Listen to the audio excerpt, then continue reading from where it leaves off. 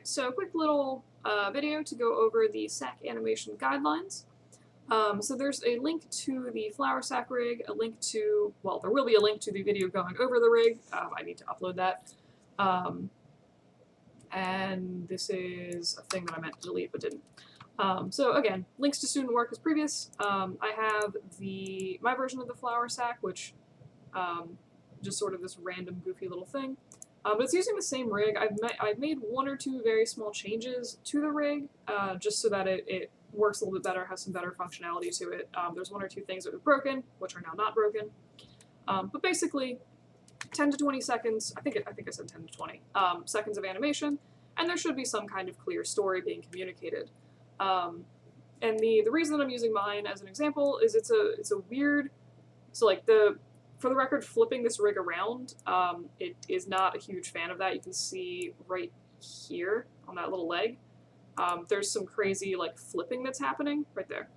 That wasn't an animating thing. That was like this rig it does not like being flipped around. So there should be, there we go. Okay, so I did say 10 to 20 seconds. Sack rig, again, linked above, so use that. You should texture the thing. It's very, very easy. I'll show you the rig. I have a video explaining the rig itself, but Maya literally has, I'm gonna be bad and just use Blend for this. But Maya literally has, don't delete history on the skin, by the way. That's like my force of habit thing that I always do. Don't do it on that. But they have a literal cloth texture, so you can just apply like legitimately whatever random pattern you want to this and add this in as a bump map. You know, maybe up the repeat UV so the grain is smaller, and then you have pretty much like instant, tiny bit of distortion, but like instant grain on flour sack. So do something nice for the texture. It takes literally 4 seconds to make this, and it actually does hold up pretty well as a bump map. So, and again, there should be some kind of story being communicated. And then there's just some quick little questions. Copy these, paste them in a PDF, go ahead and answer them. I'll go over mine at the end just to show you sort of like what I'm looking for. But I have added these to, I think, all future docs as well as the past assignments of sort of what I'm looking for, like what you should sort of, I guess, prioritize in order of rough importance for each assignment. So in this case, I'm looking for, I mean, story is one, obviously. So, you know, clear and engaging story for the sack. But I'm also looking for, same as I have been in past weeks, realistic motion for the sack. Right, so I mean, consider like what the sack is filled with in mine. I mean, honestly, this thing, it looks like it's weighted from below, right? Like the top is skinnier and it has like this very clear, like there's something heavy in the bag. So for this, you don't have a super lot of options to like fill it with helium or something because it's gonna look insane. But I mean, think of like the weight at the bottom of the sack and like how that would affect the motion, right? So like consider things like that. No, even if it's not written, like mine had coffee written on it, but like know in your head at least like what the sack is filled with, and kind of animate around that. I'm also looking for things like secondary motion on the sack for things like the ear flaps, or you know, the top of the body. So I'll kind of talk about that in my sack final thing in a minute. And then again, so if you have the sack interacting with anything, knocking stuff over, whatever, I'm also looking for realistic motion in that. So one thing I see a lot is like, say you have a sack or you have a bowling ball, whatever, it's going through an environment, knocks a thing over. So that thing will just sort of, oftentimes I see like fall straight over and then stop immediately. If you are moving anything in your scene, it should be animated well, with secondary motion, right? So think of, especially stuff with like round bottoms. If you've ever almost knocked a glass of water over and you can see it, and it doesn't just sort of tip over on one side and then fall back straight, it's gonna sort of do like a little, like, a weird thing where it sort of like rotates, like spins around the rim until it like eventually comes to a stop again. So that's the kind of stuff that I do look for in animations for primary and secondary objects being animated. Apart from that, you can continue moving the camera if you so choose. Not a requirement, but you can. And again, practice texturing of cloth or whatever your sack happens to be made of. I've seen people, I think, do like weird stuff like vinyl. I just had a terrible idea. I'm like, whoa, what if it was a plastic bag with a fish in it? That's probably overscoping and you should not do that, but it would be funny. Anywho, generic suggestions for complete environments, all that good stuff. Additional notes. So I would like to, just to be clear, rigging is not a requirement for the final, but should you so choose, you are more than welcome to rig one or all of your characters or random objects in your scene. So this is a good assignment to sort of test out. Sorry, this used to be an extra credit assignment, and that I didn't notice that previously. Okay, I need to go through and change the point values on this. I looked at the content and not the point breakdown, sorry about that. But yes, so use this assignment as a way to sort of test. If you like working with rigs, you'll have no choice in Animation 2, but now you do. But also to see what kind of motion they give you compared to the standard deformers that you have been using.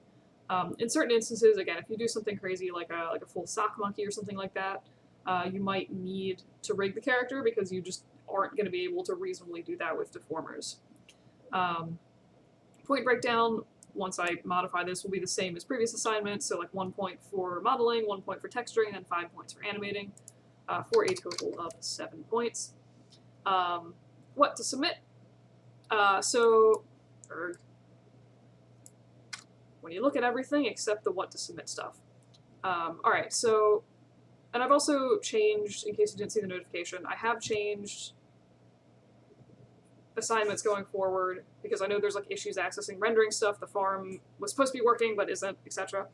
So if you want to submit a play blast and then submit your renders later, that is acceptable. What I'll do for that is just not give you the points for any of the texturing, so like basically you get a 1 point deduction on the assignment, and then whenever you submit the renders, I will give you those points back, or basically grade the textured portion of the animation.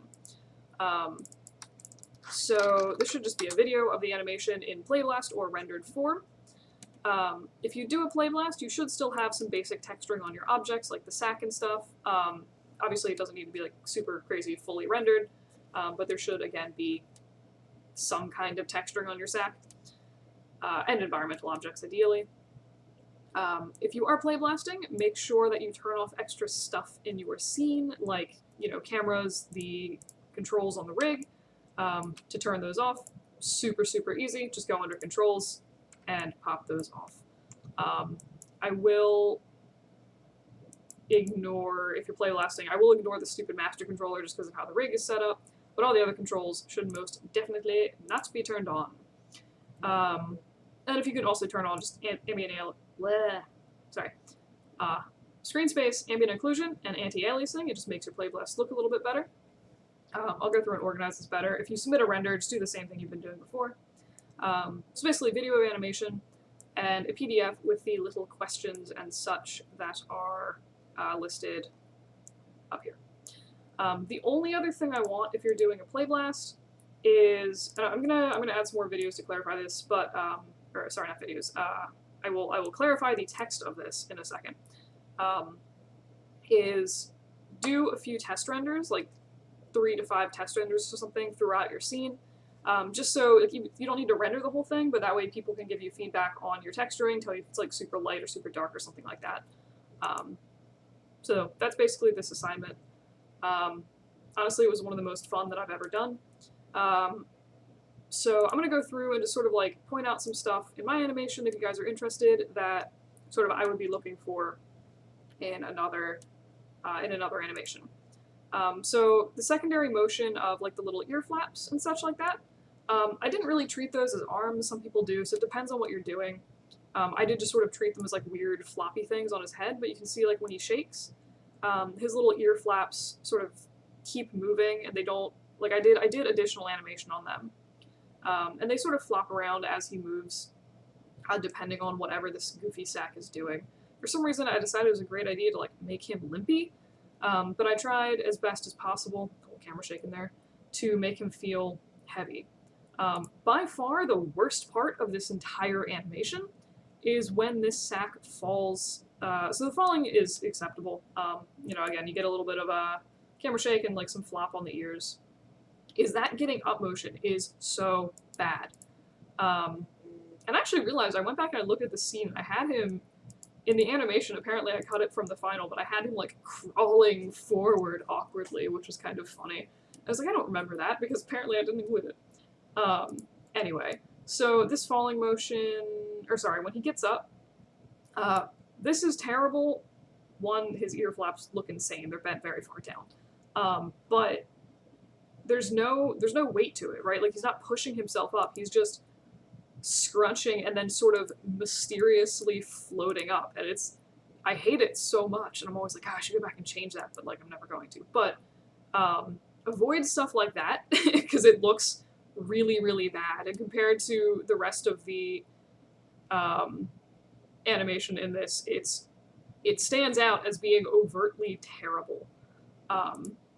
So that was like mostly kind of things like that. Again, I did try to keep the center silence. I did try to keep the center of balance sort of lower in this character because it just looks, it's kind of modeled into the sack. So I even left his head like a little bit floppy. So just again, sort of decide, you know, how your character's going to move. These little top flaps don't need to be arms. I was kind of treating it as like large clump of beans with like the floppy little bag tips. And again, if your rig breaks stuff like that, I'm not gonna, you know, hunt you down about that because it's just sort of part of this particular rig. But yeah, so that's mostly the stuff. I had a lot of fun texturing this stupid thing, honestly. I put in little seams on the side, which was fun. I just kind of like drew them in Photoshop, and I was like, aha, seams. Stuff like that just kind of makes texturing look nicer in my opinion. But anywho, that's basically this.